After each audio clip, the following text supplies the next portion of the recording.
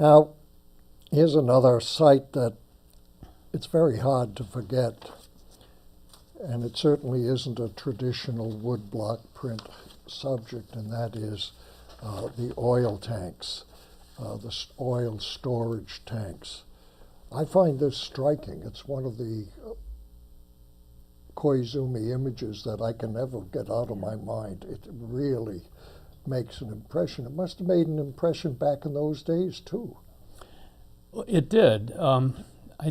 My eye looks at this and sees Eastern European, Russian kinds of painting and drawing of that period all over this. This is scenes of modern industrialism. In fact, Koizumi in his annotations said that the Japanese public reaction to this was that he'd gone a little to the left, that he was hanging out too much with Russian images, or and that it indicated he might have been communist or socialist. Says the work was well received and its left-wing style was a source of comment. Comment, yeah, yeah. And specifically socialist realism. Socialist realism. Mm-hmm. But transcending what historical meaning this might have in relation to political movements, it's a real study in forms, and that's what I think makes it striking. Mm-hmm. Color fields and forms. Mm-hmm. Yes, he's talking about a modern Japan, a Japan that runs on imported fuels.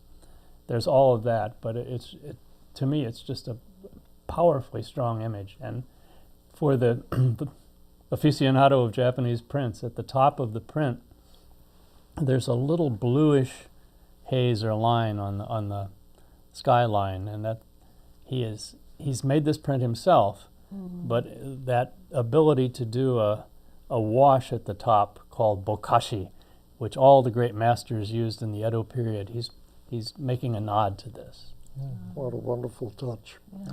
And it's worth keeping in mind that whether people were attracted to left-wing politics or communism, it was also a period where culturally, whether it's socialist realism or something even more vague, the left was cool to an increasing segment of younger Japanese. This was a period where proletarian literature movement, proletarian art, music movement were gaining speed among a certain small subset of Tokyoites. And I think it's in the air. It's what people perceive and what clearly Koizumi perceived too. Exactly. I think what you said opens another window on Tokyo in this interwar period, and that is cosmopolitanism. And that's another, like modernity, modernism. Cosmopolitanism is a word that, when I was coming up, wasn't used very much for Japan before 1945. But they're incredibly open to the world in terms of film.